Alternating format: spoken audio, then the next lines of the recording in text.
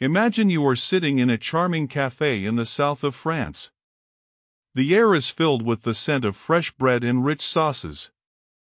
People are enjoying meals with cheese, buttery pastries, and seemingly rich foods. Yet, when scientists looked at the health of these communities, they noticed something that confused them.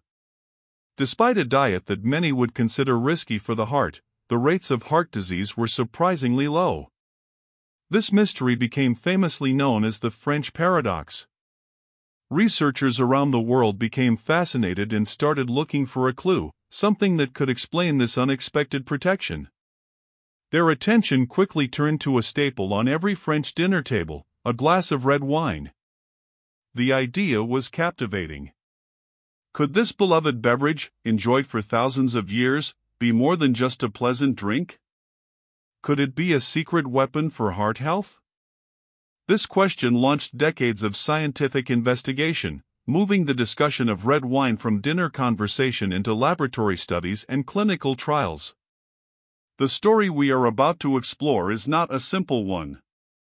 It is a complex tale of chemistry, biology, and moderation. We will dive deep into what scientists have discovered, separating the hopeful evidence from the hype. We will look at the specific compounds in red wine that are thought to be beneficial, and we will explain exactly how these substances might interact with our bodies to protect our most vital organ.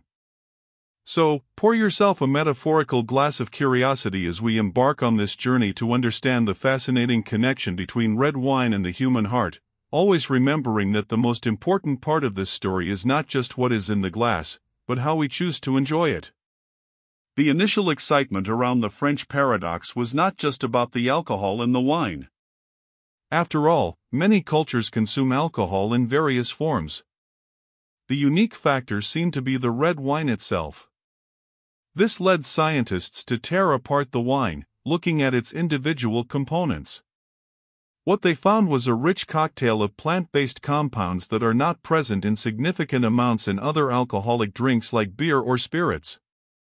Grapes, especially the dark-skinned varieties used to make red wine, are packed with powerful substances that the plant produces to protect itself from sun damage and pests.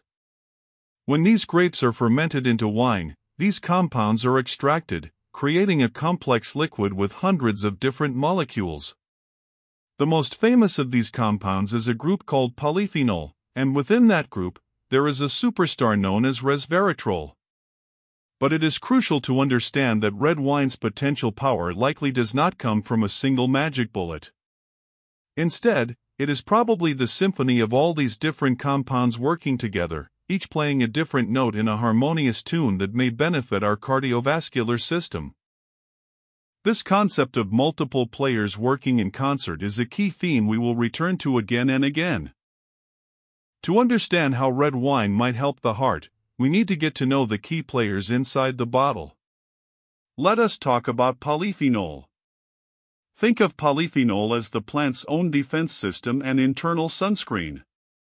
They are antioxidants, which means they fight off damaging molecules in the plant called free radicals.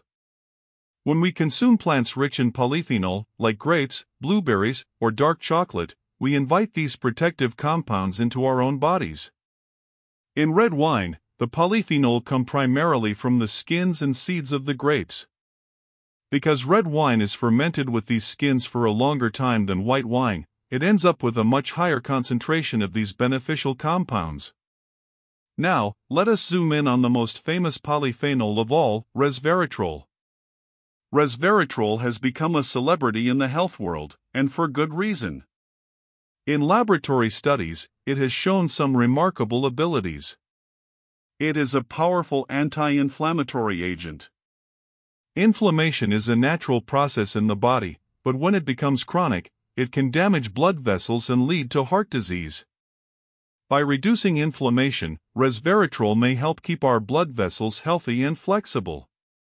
But the potential benefits do not stop there. Resveratrol has also been studied for its role in protecting the inner lining of our blood vessels, known as the endothelium. This lining is incredibly important. It is like a smooth, non-stick coating that keeps blood flowing freely.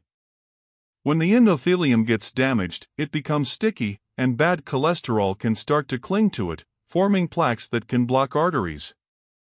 Some research suggests that resveratrol helps stimulate the production of nitric oxide, a gas that naturally relaxes and widens our blood vessels, improving blood flow and reducing blood pressure.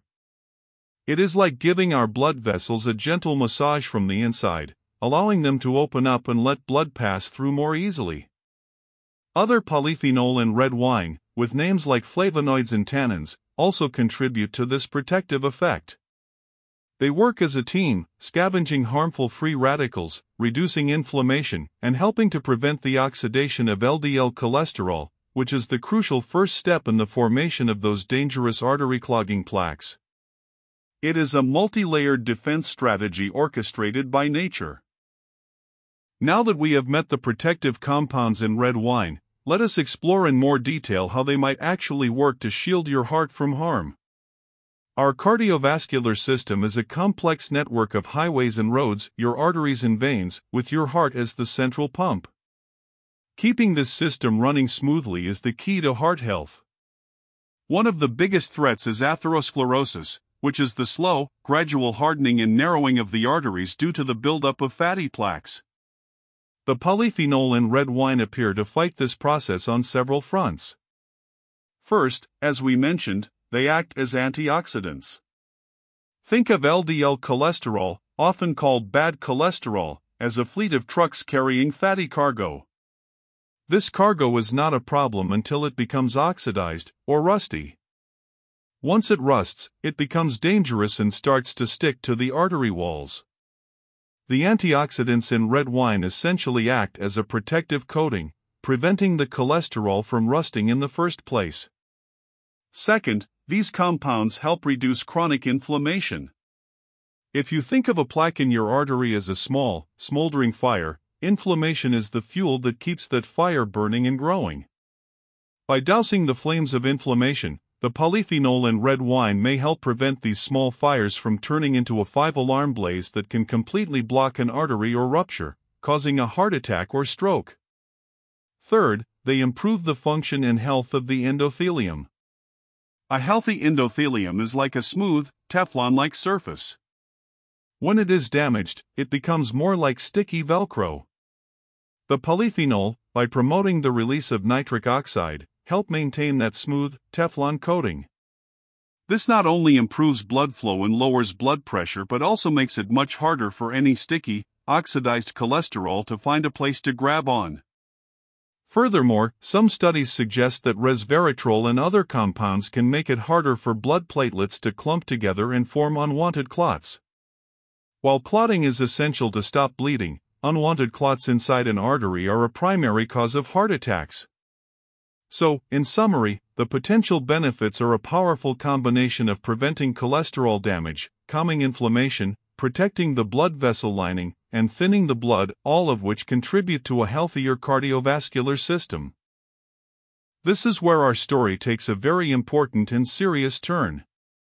Everything we have discussed so far about the potential benefits of red wine comes with a massive, non-negotiable condition: moderation.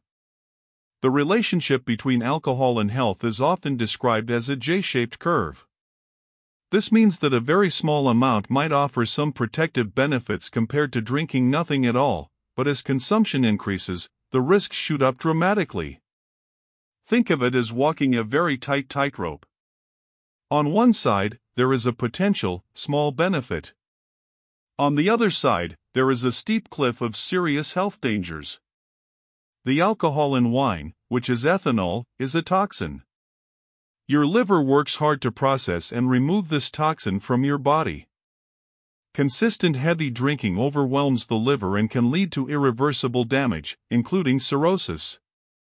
But the damage is not limited to the liver. Alcohol is a known carcinogen, meaning it can cause cancer. It has been linked to an increased risk of cancers of the mouth, throat, esophagus, liver, colon, and breast. For the heart, which we are focusing on, the picture is complex. While a little might be protective for some, too much is unequivocally destructive. Heavy drinking can lead to high blood pressure, irregular heartbeats known as arrhythmias, and a severe weakening of the heart muscle called cardiomyopathy, where the heart becomes large, flabby, and too weak to pump blood effectively.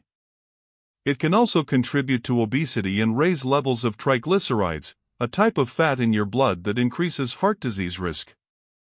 It is absolutely critical to understand that the potential benefits we have been discussing are attributed to the polyphenol, not the alcohol itself.